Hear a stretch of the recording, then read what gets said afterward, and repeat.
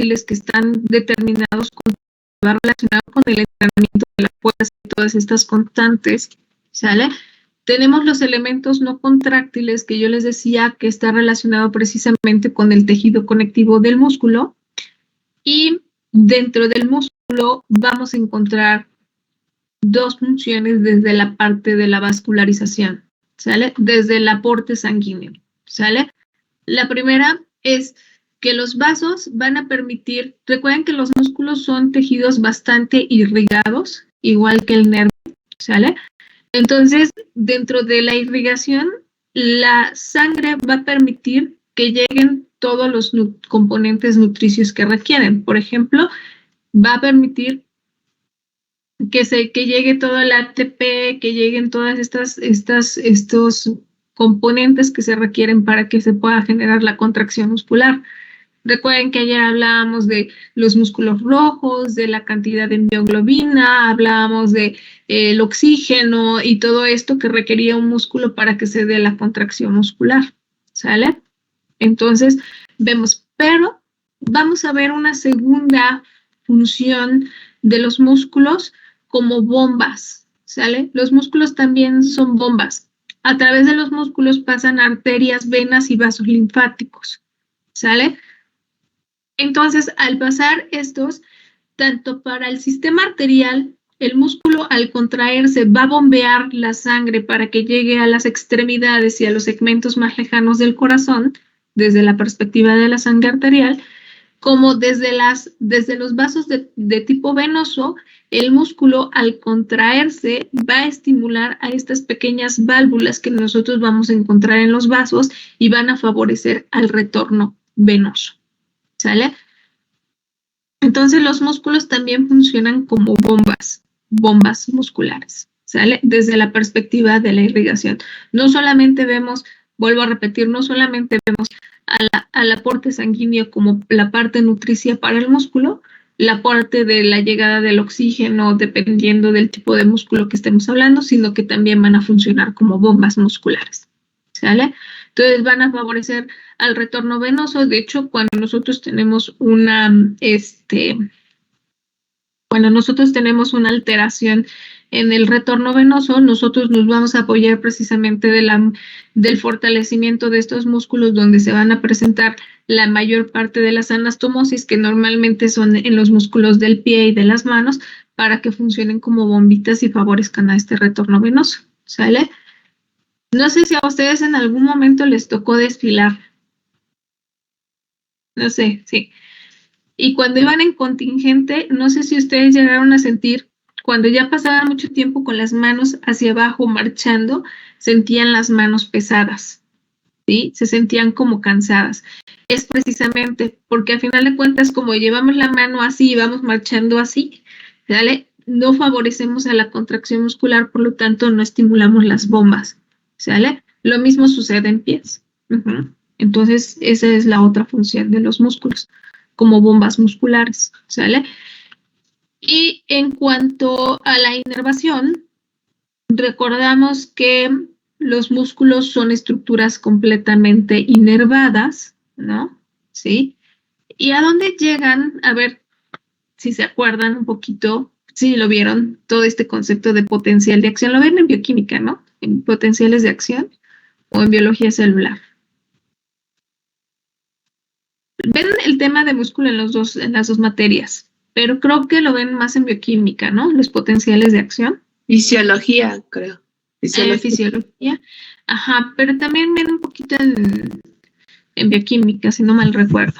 Sí, tenemos un poquito. Sí, pero poquito, lo ven superficial, pero sí lo ven. Entonces, a ver si se acuerdan en qué parte del músculo llegan la inervación, dónde llegan los nervios, en qué parte del músculo llegan estos nervios que van a favorecer a que se dé el potencial de acción. A ver si se acuerdan. ¿En qué parte del músculo llega esta para que se genere el potencial de acción? A ver si se acuerdan. O a ver, Jazz, tú que ya, sí eres Jazz, ¿verdad? Sí. Vale. Pero yo mencioné De que de la materia. Fisiología, Ajá, pero es que íbamos a ver. Pues lo van a ver en... Sí. Pues sí, ahorita ustedes llevan fisiología. Sí. Cierto. Sí, cierto, ahorita van a llevar fisiología. Bueno, a ver, si se acuerdan rapidísimo, ¿a qué parte del músculo llega las terminaciones nerviosas? Y está relacionado con un órgano, que son los famosos OTG, el órgano tendinoso de Golgi. ¿Se lo han escuchado, no? Al órgano tendinoso de Golgi, ¿no? Y ya les di la respuesta ahí.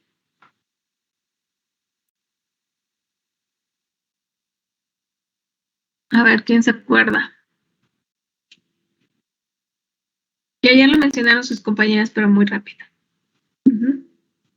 Y lo tenían, si no mal recuerdo, como subtítulo nada más.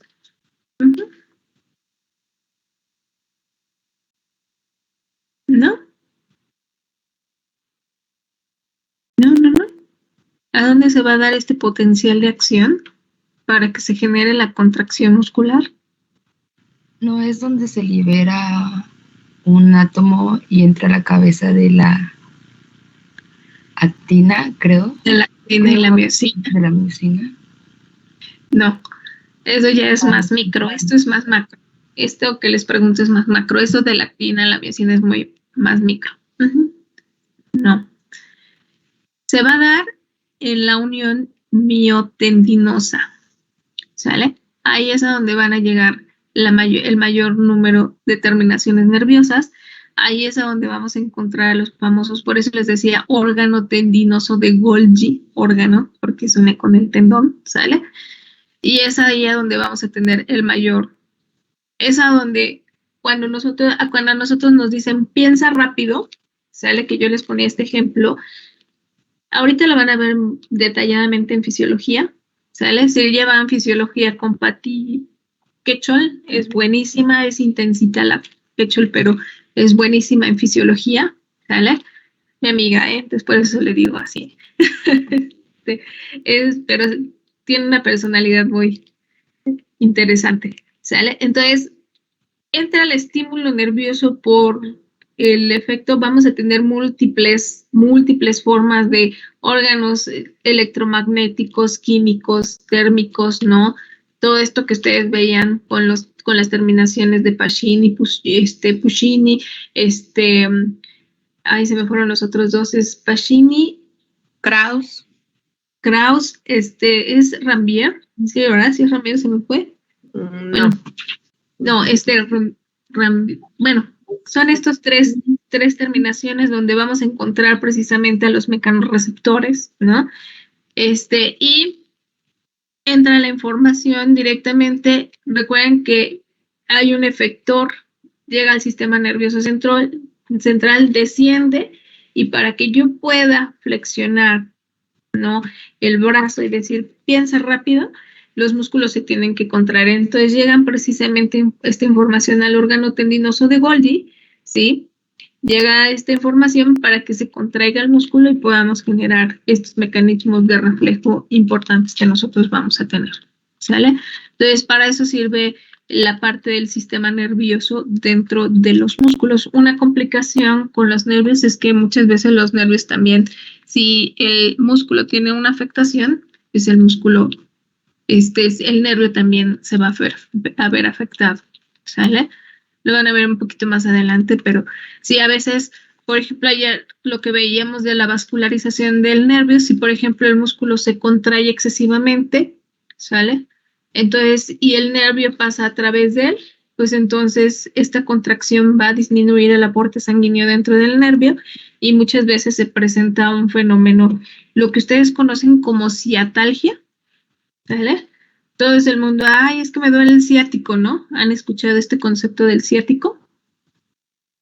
Es algo parecido que se va a dar precisamente en el trayecto del nervio ciático, por eso se le llama ciatalgia, pero el proceso patológico se le llama síndrome del piramidal. Y lo vamos a ver ahorita en biomecánica 3, este síndrome de piramidal.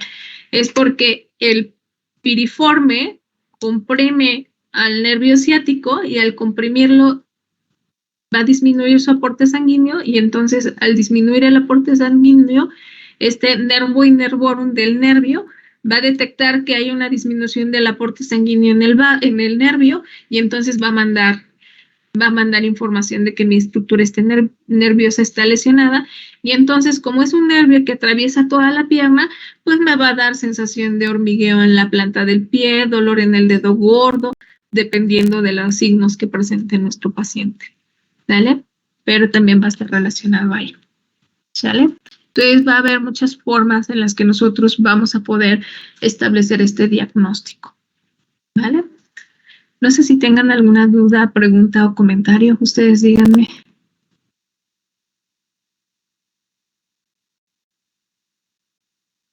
Ay, no sé si tengan alguna duda, pregunta, chicos, chicas. No, profe, todo bien. ¿Todo bien? Vale, entonces, a final de cuentas, nuestro cuerpo es un mundo, nuestro cuerpo es perfecto de naturaleza, como yo les decía al inicio, es perfecto de naturaleza, pero esto que parecíamos, que yo les decía, esto que parecían como incongruencias, como, sí, pues básicamente son como las incongruencias o lo que no estaría dentro de los estándares normales, pues le va a dar la perfección a nuestro cuerpo, ¿sale? Bueno, ya nada más para terminar, de forma muy rápida, ¿sale? Para que nos dé tiempo revisar otros conceptos, bueno, revisar la tablita que van a integrar, que van a empezar a integrar ustedes. Si se dan cuenta, mencionamos hueso, mencionamos cartílago, mencionamos tendones, ligamentos, mencionamos nervios y mencionamos músculos. Pero existen otras estructuras que no se mencionaron, por ejemplo, la piel, la fascia, la cápsula articular, que aunque este concepto de cápsula articular la mencionaba un poquito en orden cuando hablaban de tendón y ligamento, porque a final de cuentas la cápsula tiene un comportamiento igual, o sea, su comportamiento es igual al de los ligamentos, ¿sale? Solamente hay que recordar que la cápsula articular está conformada de dos membranas, una membrana fibrosa, que es la cápsula como tal, y una membrana sinovial, ¿sale? Recordar que la membranita sinovial, recuerden que es esta membranita que va a tener dentro de sus características tener sinovicitos, sí, que son estas células que van a, bueno, estas células, bueno, estos tejidos que van a promover a la generación de líquido sinovial, ¿sale? Y que se vuelven complejas porque al final de cuentas no solamente tenemos a la membrana, vamos a tener pliegues, como lo vemos, rodilla es una de las articulaciones más complejas de nuestro cuerpo por toda la cantidad de tejidos blandos que nosotros vamos a tener, ¿sale? Entonces, vamos a tener muchos tejidos. Entonces, por ejemplo, acá por ejemplo vemos un pliegue sinovial supra rotuliano, este es un plieguito, vamos a tener un infrarrotuliano. Acá tenemos otros pequeños pliegues que van a generar precisamente este líquido sinovial. Y recuerden que el líquido sinovial es el medio acuoso que nosotros necesitamos dentro de las articulaciones para que se genere el movimiento de forma correcta, ¿sale? Líquido sinovial, pues es este líquido que va a tener como componentes con el ácido hialurónico y todos estos componentes que van a permitir que se dé este medio acuoso dentro de las articulaciones, ¿vale? Entonces, a final de cuentas, esos serán tejidos que no sean...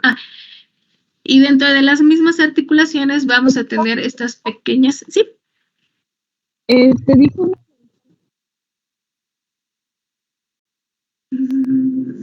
¿Te escuchas cortadita? No sé si... o no te escuché o fui yo. A ver, ustedes díganme, ustedes... Ya no alcancé a escuchar bien. ¿Quién fue? ¿Adri? A ver, ¿Adri eres tú? No, profesora. Es que le iba a decir que se escucha cortado. Se escucha cortado. Ah, gracias. Bueno, a ver si no alcanza a ver quién hizo la pregunta.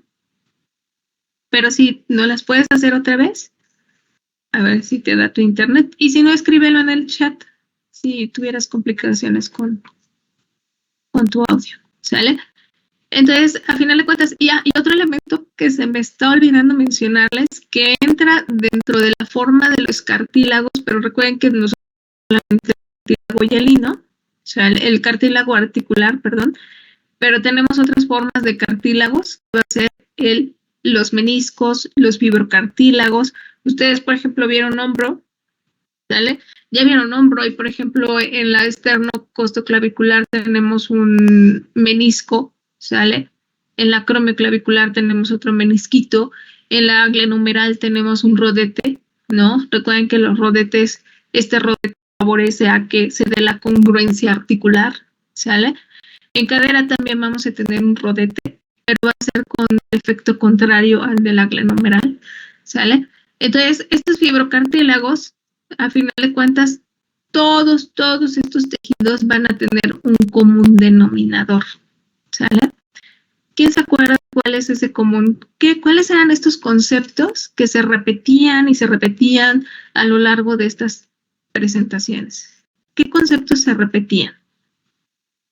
A ver, ¿qué dice yo? Sofi, sí, es una membrana fibrosa y una membrana sinovial. ¿Sale? Es una membrana fibrosa y una sinovial. Muy bien, pero ¿cuáles son estos conceptos que se repetían? A ver, ¿qué elementos se repitieron a lo largo de todas las presentaciones, chicos? Chicas. A ver, ¿qué dice yo? ¿Qué elementos se repitieron en todas las presentaciones?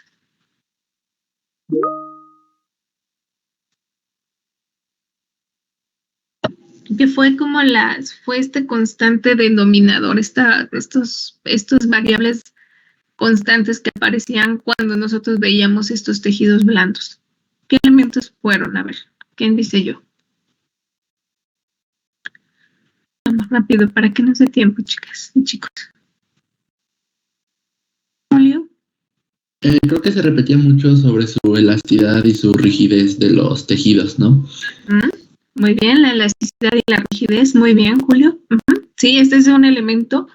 Y desde ahí viene precisamente cuando hablábamos de la viscoelasticidad y la viscoplasticidad, que era un elemento que presentan todos estos tejidos.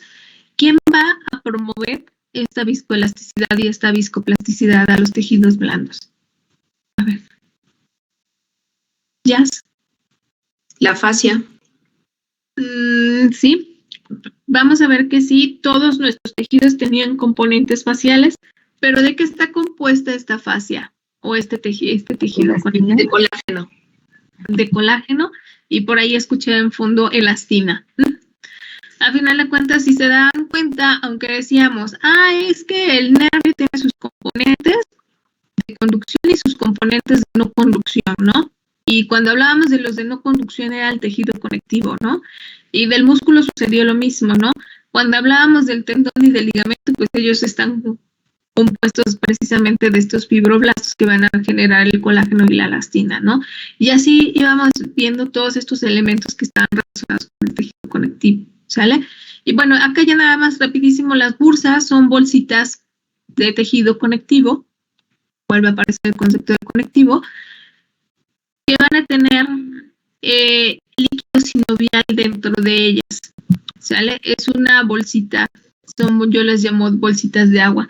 Monse, no sé si quieras comentar algo. No.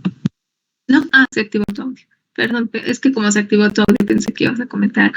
Entonces, estas bolsitas de agua, estas bolsitas de líquido sinovial van a formar, ustedes ya vieron una de las grandes articulaciones que para Capagni, creo que eso no sé si se los mencionó la maestra pero por ejemplo, acá entre lo que es el deltoides, en la articulación glenohumeral, entre lo que es el troquín y el troquíter, y el deltoides tenemos una bursa muy importante, que es la subdeltoidea, ¿no? Si se recuerda, espero que se la recuerden, ¿no?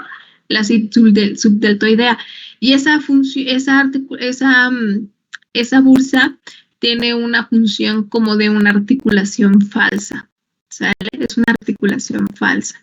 ¿Por qué? Porque al final de cuentas las articulaciones van a encontrarse entre un músculo y hueso, entre el tendón y el hueso, entre el ligamento y el hueso, que van a evitar que se genere demasiada fricción en el tejido blando, ¿sale? Y por lo tanto van a favorecer a que el tejido se deslice y se desplace de forma correcta durante el movimiento, ¿sale? Entonces, esa es una función muy importante. Por ejemplo, rodilla llega a tener hasta más de 10 bursitas, ¿sale? 9 bursas estudiadas. Por ahí Sambudio diría en su bibliografía que nosotros nacemos con un número determinado de bursas, o sea que nosotros nacemos ya con algunas bursitas, pero si por alguna causa nuestro trabajo o nuestra actividad genera demasiada compresión en algún tejido, pues nuestro cuerpo tiene la capacidad de generar nuevas bursas, ¿sale? Entonces tiene esta capacidad de generar nuevas bolsitas, ¿sale? Por eso es que a algunos autores les dicen 9, otros les dicen 10, otros 11, porque va a depender mucho de las características de los pacientes, ¿sale? Pero ahí con las que ya nacemos, por ejemplo, la subdeltoidea, que es una de las más importantes. Acá en rodilla vamos a tener la infrarrotuliana, la suprarrotuliana, ¿sí? La infrarrotuliana está por detrás del ligamento rotuliano, la supra por detrás de lo que es el tendón. Vamos a tener acá unas que están relacionadas con la inserción de los gemelos, ¿no? Vamos a tener muchas bolsitas que van a cumplir esta función. ¿Y de dónde se van a nutrir? Pues del mismo líquido sinovial, de la membrana sinovial, ¿sale? Por eso es que están dentro de las articulaciones, ¿vale? Van a estar relacionadas con las cápsulas articulares, ¿vale?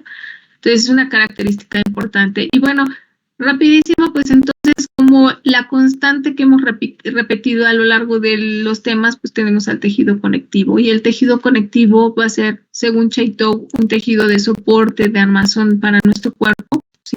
Es el que nos va a dar forma. Realmente el tejido conectivo es el que nos da forma, el que nos da una estructura, ¿no? Dentro de nuestro cuerpo, desde todas sus fibras, que va a ser el colágeno, la elastina, la sustancia funcional, pues fundamental, y estas células especializadas, porque el mismo Chaitou nos menciona que vamos a tener tejido conectivo en el tejido adiposo, en los vasos, en la linfa, en los huesos, en los tendones, en los ligamentos, o sea, todo nuestro cuerpo va a tener tejido conectivo, ¿sale? De hecho, considera que este va a estar presente en el 90% de los tejidos de nuestro cuerpo, o sea, que está así en todo nuestro cuerpo, ¿sale? Y uno de los tejidos blandos que más se parece, o sea, que es casi puro a lo que es el tejido conectivo, son las fascias. Recuerden que las fascias, ¿sí?, van a ser estas láminas de tejido fibroso que van a envolver a nuestro cuerpo. De hecho, vamos a tener diferentes fascias, no solamente las que ya hemos mencionado, ¿no?, en los diferentes tejidos, sino que nosotros, por ejemplo, vamos a tener la piel. La piel también tiene tejido conectivo, ¿sale? Va a tener, obviamente, su componente especializado, ¿sí?, que van a estar relacionados con las células de la piel, ¿sale? Pero la piel va a estar distribuida en 4 elementos. Vamos a tener a la epidermis, la dermis y la hipodermis, ¿sale? Que son los elementos que nosotros vamos a encontrar, epidermis, dermis e hipodermis, que son estos elementos que encontramos dentro de la piel. Y debajo de la hipodermis vamos a encontrar a la fascia, que es la que vemos acá. Esta es la fascia, ¿sale? Recuerden que la fascia va a permitir que la piel se deslice de forma correcta entre la piel y el músculo, o entre la piel y el tejido graso, dependiendo de las características de nuestro paciente. Le va a dar este componente viscoso, ¿sale?, para que nosotros podamos movernos de forma correcta. Y vamos a tener principalmente dos: una fascia superficial, que es la que está relacionada con la piel, y la fascia profunda, que es la que se relaciona con los músculos, las que separa el músculo por capas, que les da grupos, que les da vientres, ¿no? Y acá yo le agregaría a esta definición que establece Chaitou, yo le agregaría que no solamente son los músculos. Recuerden que las fascias también envuelven a los órganos, ¿sale? El estómago, los intestinos, el corazón, los pulmones, también van a tener sus propias fascias. Por eso es que nosotros, cuando entramos ya a la terapéutica, bueno, hay diferentes áreas y diferentes técnicas, pero por ejemplo la osteopatía, dentro de la osteopatía es que existe la osteopatía visceral, ¿sale? Y esto quiere decir que por medio de las técnicas manuales, nosotros podemos llegar al estómago, al intestino, a liberar fascias, ¿sale? Hay muchas técnicas, pero esa es una de las más representativas, ¿sale? Entonces, también este es como lo que nosotros... Y bueno, todo esto tiene un comportamiento biomecánico, ¿sale? Este experimento de las sustancias con efecto no newtoniano, ¿sale? Normalmente están relacionados con estos conceptos que se van a relacionar con las fascias, porque recuerden que las fascias, bueno, no solo las fascias, el tejido conectivo de forma general tiene esta capacidad de carga o de solicitaciones, o sea, nosotros podemos generarle una solicitación a cualquier tejido conectivo y este va a responder mediante una deformación, que es la histeresis. La histeresis está relacionada precisamente con esta capacidad, es el arrastre, la carga y la distensión, es esta capacidad de deformación. La histeresis está relacionada con cuando nosotros llegamos a un tejido, va a depender, esto está relacionado con la tercera ley de Newton, cuando nosotros sometemos a un tejido a una carga, ¿sale? Cuando nosotros le aplicamos una fuerza como la que vemos aquí en este video, cuando nosotros le aplicamos una fuerza, el tejido conectivo y la misma fascia va a tener la capacidad de reaccionar, ¿sí? De reaccionar a la misma intensidad que ustedes que le están dando, ¿no? Entonces la histeresis está relacionada precisamente con esta capacidad de absorber fuerza, de absorción de fuerza. Si yo llego y le aplico una fuerza superior a la que mi tejido puede resistir, pues miren, me otorga esta misma resistencia, pero si yo llego con mi mano y empiezo a hacer una movilización suave, mi tejido tiene esta capacidad de perder fuerza y permitir que yo pueda manipularla, sobre todo en estas técnicas de fricción, ¿sale? Entonces esa es la histeresis, la carga son las fuerzas. Recuerden que todos los tejidos blandos, ustedes ya lo veían en la biomecánica 2, normalmente los tejidos blandos normalmente se tensan o se distienden, y esto es por las cargas que nosotros le asignamos al tejido. Estas cargas pueden ser tanto intrínsecas como extrínsecas. ¿A qué me refiero con intrínseco? Los mismos músculos, el mismo cuerpo va a generar fuerzas intrínsecas que van a hacer que nuestros tejidos se tensen o se distiendan dependiendo del movimiento, pero también va a haber fuerzas externas. Por ejemplo, un esguince obviamente va a provocar que mi tejido se tense demasiado y que al aplicarle una fuerza superior a la que él resista, pues algunas fibras se lleguen a romper dependiendo del grado del esguince. ¿Vale? Y esto está relacionado con la carga, la distensión y la tensión. Recuerden que dentro de los ligamentos y las cápsulas nosotros siempre analizamos estos dos elementos, tensión y distensión. Y el tixotropismo es un concepto que está relacionado con las mezclas. Me voy a ir un poquito más rápido con las mezclas. Recuerden que nosotros tenemos tres tipos de mezclas. Tenemos las mezclas homogéneas, heterogéneas y las mezclas coloidales, ¿sale?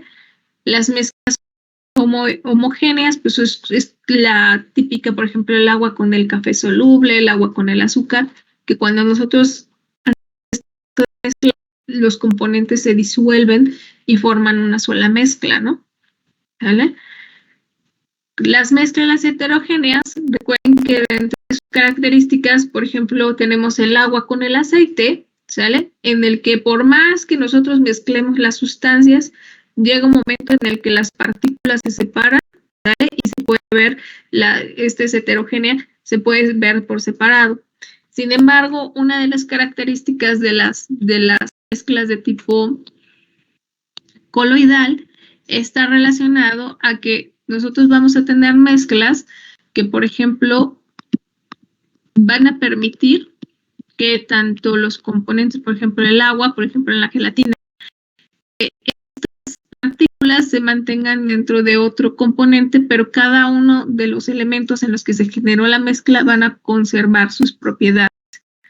¿Por qué el tejido conectivo es una porque el tejido conectivo tiene una cualidad de tipo coloidal, porque a final de cuentas dentro de la sustancia fundamental, ¿vale? O la matriz extracelular o como ustedes lo conozcan, ¿sí? Que va a contener agua, que es una de sus principales funciones, proteoglicanos, glucosaminoglicanos.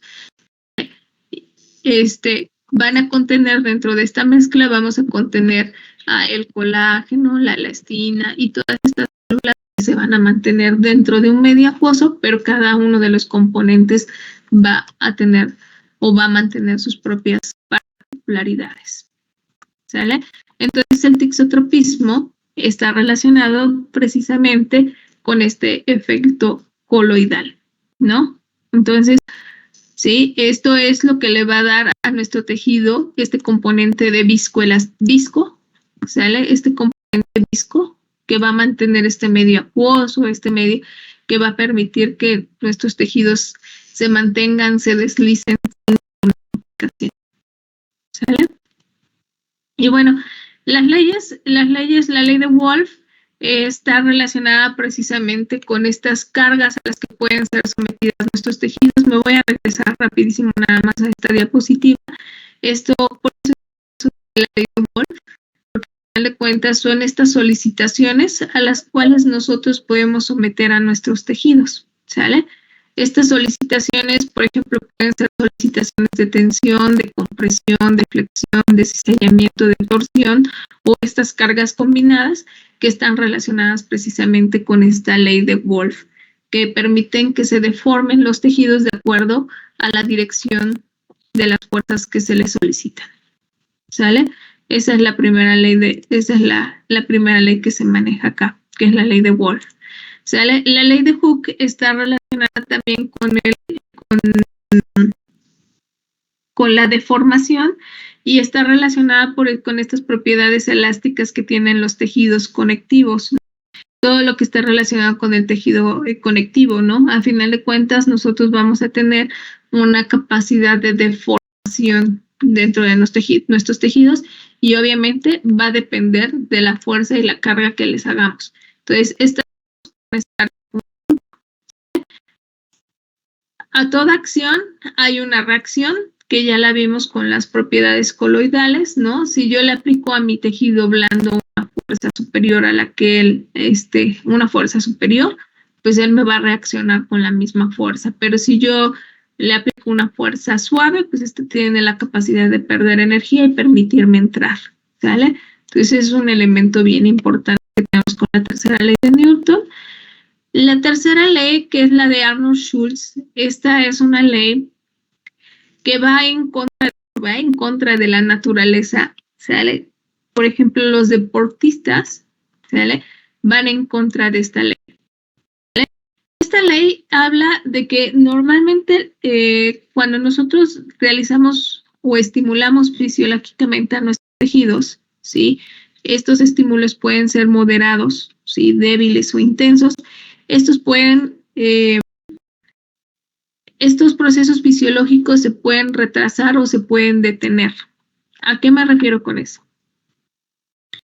Cuando, por ejemplo, en el hueso, que es uno de los tejidos que tiene más esta función de regeneración, ¿sale? Cuando mi osteocito cumple con su función, ¿sale? ¿Por qué? Porque una vez que es depuesto por el osteoblasto, este osteocito cumple su función, pero una vez que ya cumplió su función, llega el osteoclasto, lo elimina y el osteoclasto vuelve a colocar un nuevo osteocito. Entonces, a final de cuentas, la ley de Schulz va relacionada precisamente con estos procesos normales que nosotros tenemos dentro de nuestro cuerpo. A final de cuentas, nuestro cuerpo marca su ritmo. En los deportistas está en contra de la naturaleza porque a final de cuentas hacen mayores solicitaciones a sus tejidos y muchas veces nuestro cuerpo no tiene la misma velocidad para hacer este recambio de tejido. Por lo tanto, ellos llegan a procesos patológicos, por ejemplo, una fractura por fatiga. ¿Sabe? Una fractura por fatiga.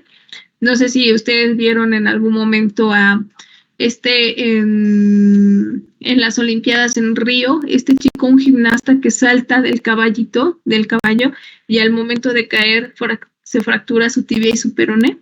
No sé si vieron, fue muy famoso y si no, búsquenlo.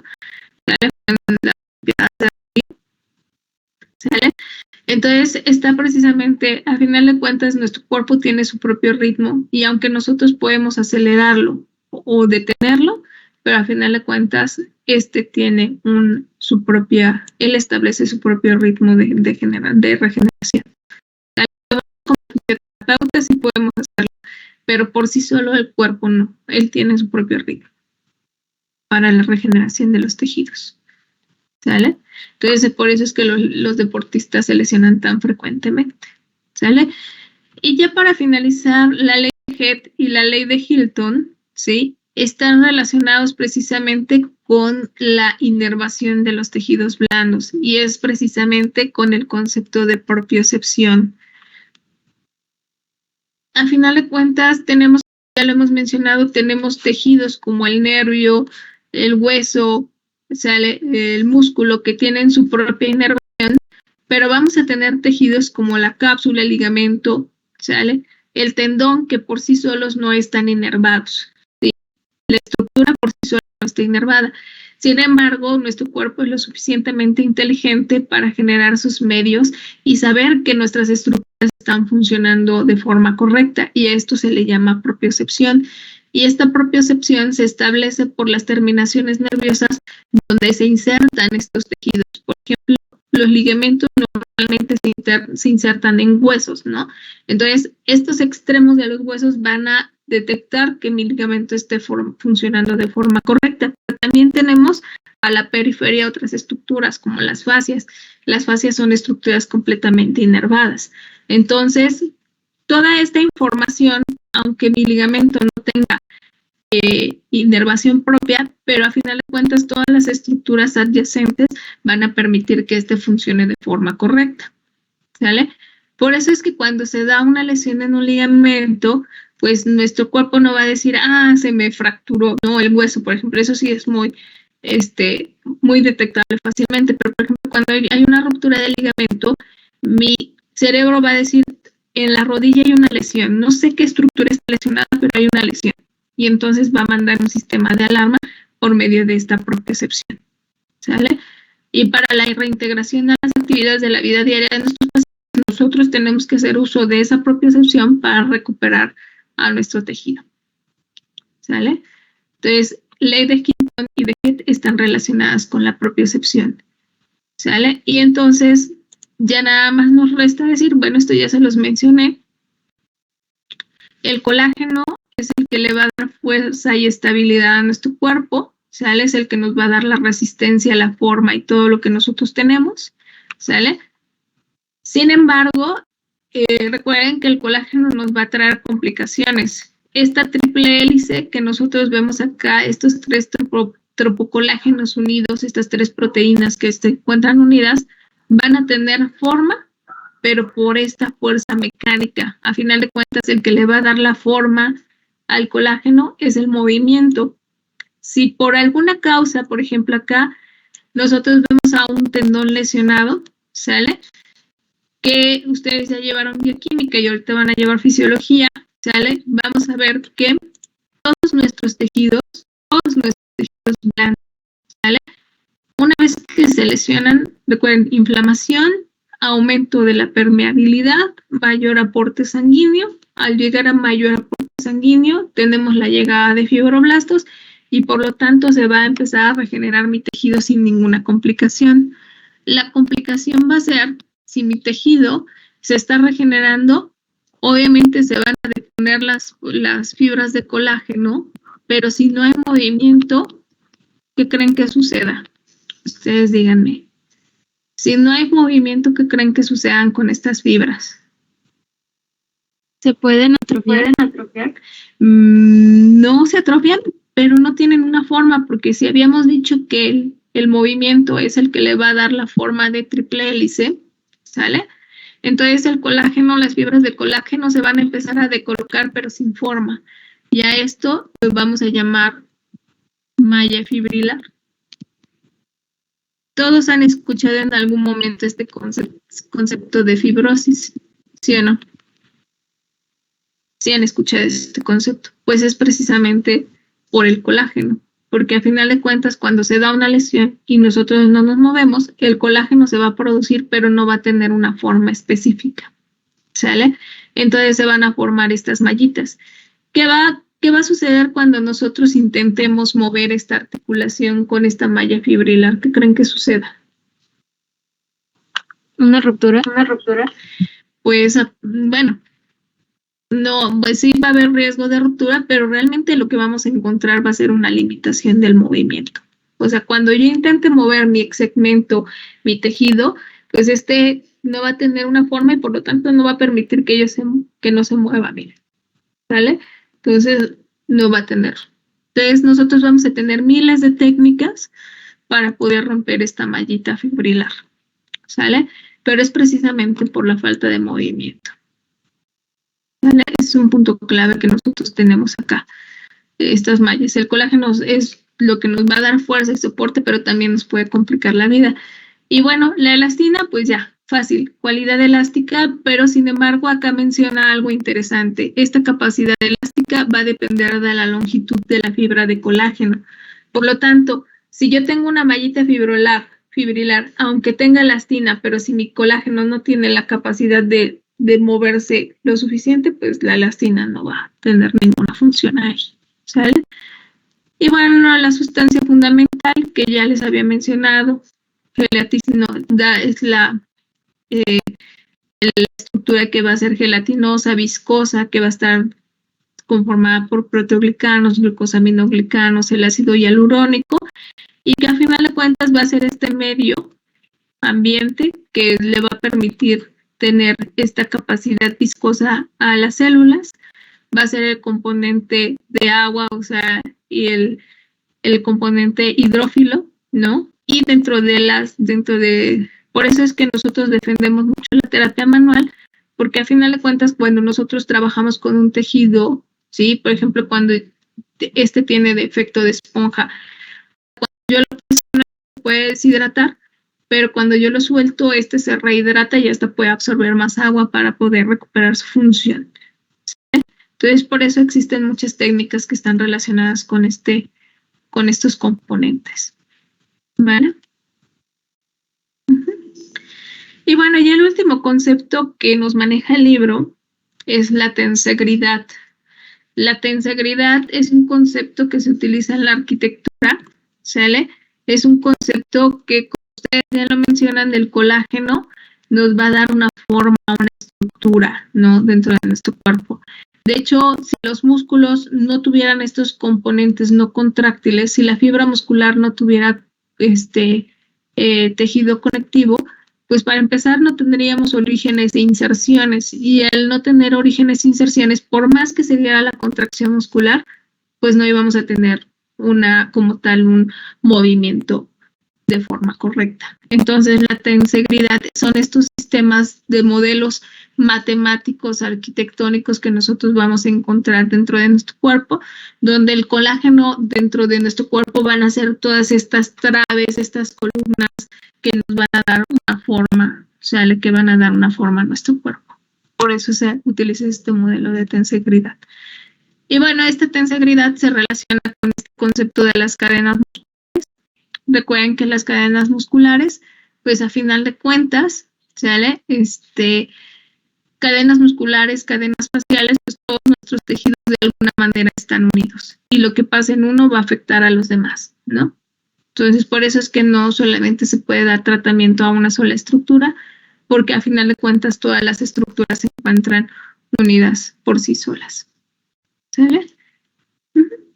Y bueno, lo que les decía, también los vasos están compuestos de tejido conectivo, ¿no? Entonces, al tener esta propiedad de viscoelasticidad y viscoplasticidad, estos tejidos también se pueden romper, ¿sale?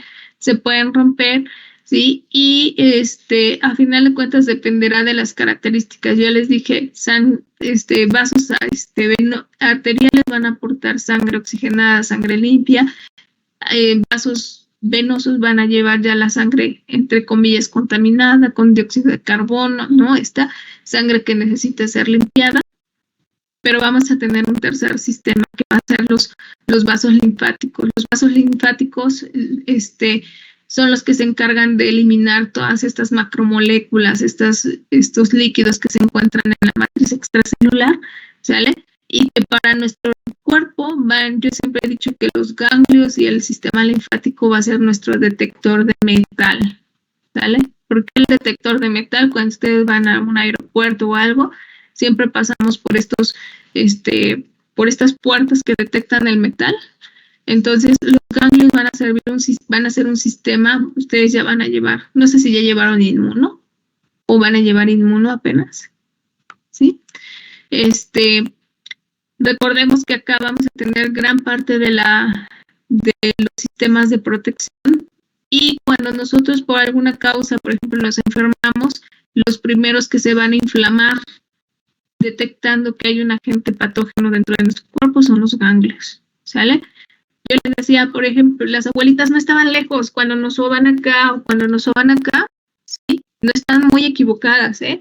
Solamente la técnica no es la correcta, pero a final de cuentas están estimulando al sistema autoinmune por medio de estas redes ganglionares para que podamos tener una mejor respuesta ante la llegada de un agente patógeno, ¿sale? Entonces, por eso cuando les soban acá es muy doloroso, porque los ganglios están inflamados. Cuando están enfermos de la garganta, normalmente esta región es muy dolorosa, ¿no?